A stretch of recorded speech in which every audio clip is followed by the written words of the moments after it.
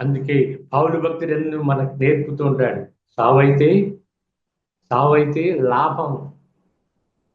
ఎవరికి లాభం అన్నా?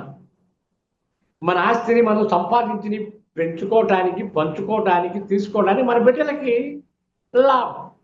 కానీ ఈ పౌలు భక్తుడు అంటున్నాడు, నేను ఇక్కడ కన్ను మూస్తే నా తండ్రి దగ్గర కన్ను తెరుస్తా, ఆ బంగారు వీధుల్లో కన్ను తెరుస్తా, ఆ పులులు మేకలు ఉండే స్థలములో నేనుంటాను అనే విశ్వాసం వీడి వద్దకే నేను పరిగెత్తుతున్నా అంటాడు.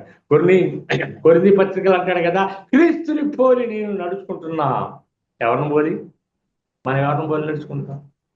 కాఫీలు కొడతాలు స్పెషలిస్టులు, మనం కాఫీలు కొడతాలు స్పెషలిస్టు. స్టూడెంట్స్ పిల్లలు కాఫీలు కొడతాంగా. ఈ పెద్దవారు కూడా ఆమె ఆ చీర కొందంటే అదే చీర కొనాలేమో, ఆయన ఆ డ్రెస్ కుట్టించాడంటే అదే డ్రెస్ కుట్టించాలి. ఆ డ్రెస్ కోసం, ఈ చీర కోసం ప్రయాసపడతావు కానీ నాలో పరిశుద్ధాత్మ ఉందా లేదా ప్రభా, నా కుటుంబం నీ సన్నిధానంలో, ఈ గొర్రె పిల్ల జీవ గ్రంథంలో నా కుటుంబంలో పేర్లు ఉన్నాయా లేవా అని దేవుని దగ్గర పోరాడం. అది ఆత్మతో సత్యంతో పోరాడే పోరాటం.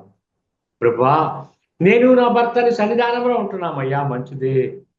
కానీ నా పిల్లలు రోడ్డు అమ్మటే పిచ్చి మొక్కలాగా ఉంటున్నారయ్యా, మందిరానికి రావటం లేదయ్యా, లోక సవాసాలతో వారు జీవిత ప్రయాణాన్ని కొనసాగిస్తున్నారని క్రీస్తు దగ్గర పోరాడుతున్నావా?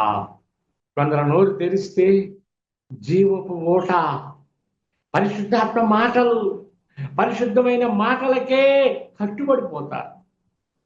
రాజు అన్నాడు కదా, నీ దేవుడే దేవుడు. దానియేలు, నీ దేవుడే దేవుడు.